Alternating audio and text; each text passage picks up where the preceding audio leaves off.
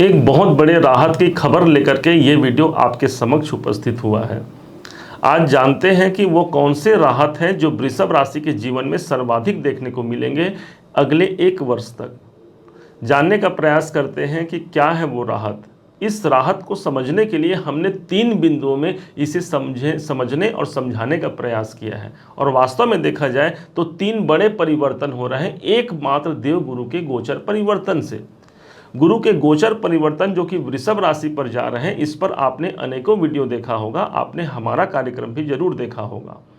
आज हम इस बात पर चर्चा नहीं करेंगे कि देवगुरु बृहस्पति के गोचर परिवर्तन का प्रभाव क्या पड़ने वाला है, बल्कि हम इस बात पर चर्चा करने जा रहे हैं कि इस गोचर परिवर्तन के द्वारा 3 बड़े बदलाव क्या होने वाले हैं, और जिसका लाइव प्रूफ आपको दिखाएंगे यहाँ पर। यदि आप किसी कार्य को कर रहे हैं और उस कार्य में निरंतर कोई बाधा, कोई परेशानी, कोई विलंब की स्थिति बनी हुई है, तो ये वीडियो आपको सफलता दिला सकता है।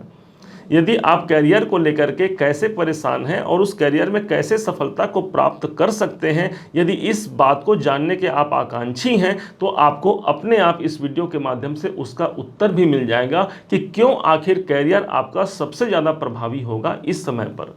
समझते हैं, जानते हैं कि वास्तव में होना क्या है।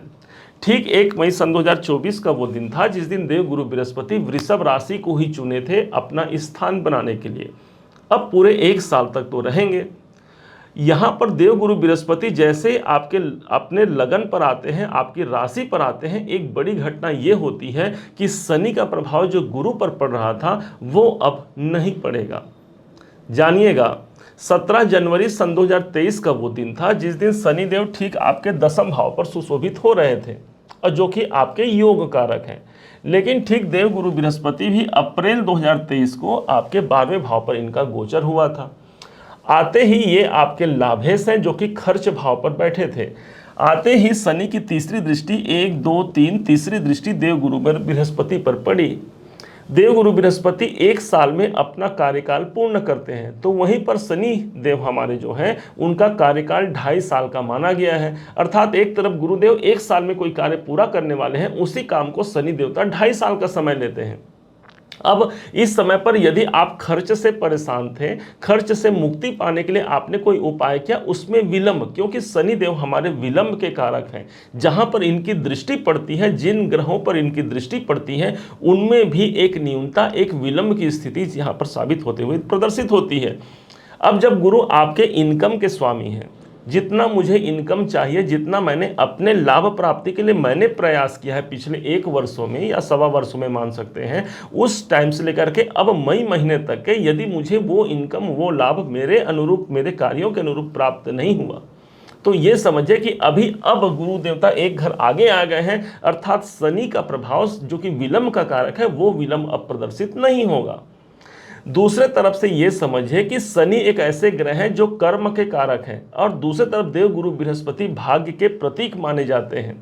एक संग कई लोगों ने इस कॉम्बिनेशन का फायदा भी उठाया, अर्थात अपने कैरियर में उच्च सफलता को प्राप्त किया।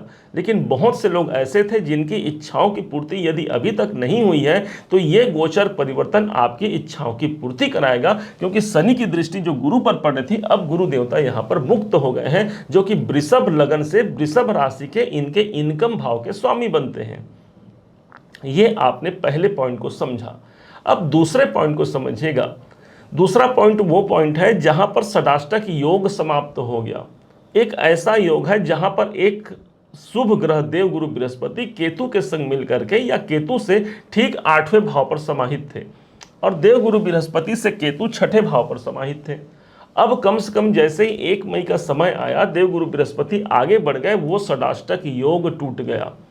इसका सबसे बड़ा पॉजिटिव इवेंट ये देखने को मिलेगा कि मेरे मानसिक कार्यों की यहाँ पर पूर्ति होते हुए दिखाई देगी। यदि आप कोई डिसीजन लेना चाहते हैं, बड़ा डिसीजन लेना चाहते हैं, और उस कार्य में निरंतर बाधाओं का सामना किया, तो एक नया डिसीजन आप ले सकते हैं। 6ठा भाव जागृति, 5म भाव जागृति हो रहा है, मतलब इस समय पर मानसिक शांतियों को प्रदान करने वाला ये षडाष्टक योग जब टूटेगा, हमें मानसिक शांति प्राप्त होगी, और ये पूरे अगले 1 साल तक होगी। अब सिर्फ यही नहीं, गुरु की जो 5वीं दृष्टि है वो केतु पर पड़ेगी। अर्थात केतु से संबंधित यदि कोई नेगेटिव प्रभाव हमें मिल भी रहे हैं तो देवगुरु बृहस्पति की 5वीं दृष्टि गंगा जल के समान पवित्र होती है।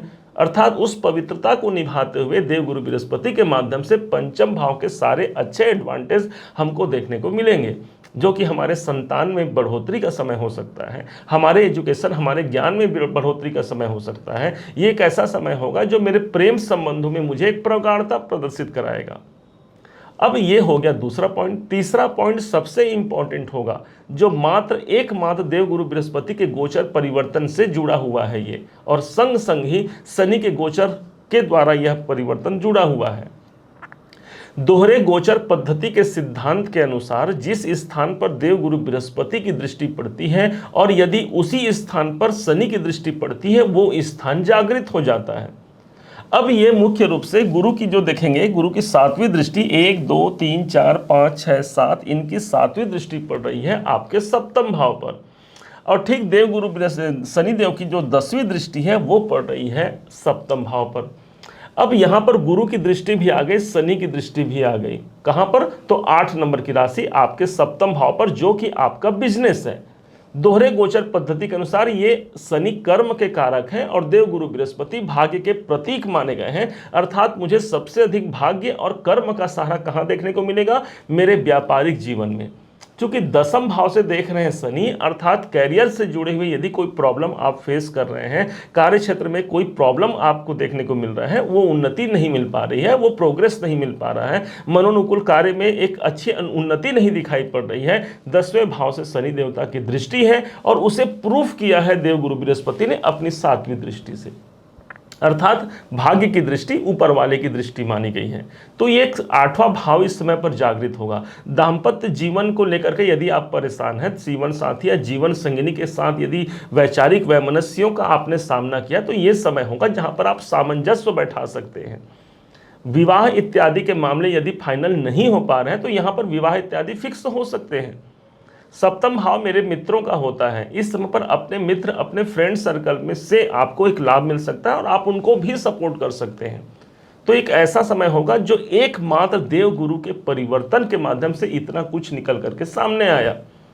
हमने इस वीडियो को बनाने का सिर्फ एक ही मकसद था कि देवगुरु बृहस्पति के गोचर पर तो हमने देखा और अनेकों वीडियो इस टॉपिक को लेकर के बना हुआ था, लेकिन हम बैठे बैठे यही सोचते रहे कि और क्या क्या परिवर्तन हुआ, तब जाकर के इस अंदाजे पर, इस परिणाम पर निकले कि 3 बड़े परिवर्तन हो रहे हैं, जिसको इस वीडियो के माध्यम से आपके समक्ष हमने प्रस्तुत किया। हम ये चाहते हैं कि जितना अधिक से अधिक आपको लाभ दिला सकें किसी कार्यक्रम के माध्यम से। यदि आपके जीवन में एक शुभ परिणाम तनिक भी यदि जागृत हो सकती है, तो मैं उसके लिए अपना जीवन न्यौछावर करते हुए सदैव इस कार्य को अग्रसित करते हुए आपके समक्ष सदैव उपस्थित होता रहूँगा। उम्मीद है आप सबने इसे समझा है, आप सबने इसे जाना है। यदि आपने इसे समझा है, जाना है, मेरे समझाने का प्रयास यदि आपको सार्थक लगा हो, मेरे समझाने का तरीका यदि आपको सार्थक लगा हो, तो हर बार की भांति इस बार भी अपना प्यार भरा लाइक और कमेंट करना कभी मत भूलिएगा। और हाँ, यदि अभी तक आपने चैनल को सब्सक्राइब नहीं किया है, सब्सक्राइब जरूर कीजिएगा। पुनः एक बार फिर आप सभी का दिवस बहुत मंगलमय हो, इन्हीं शुभकामनाओं के साथ। जय श्री राम।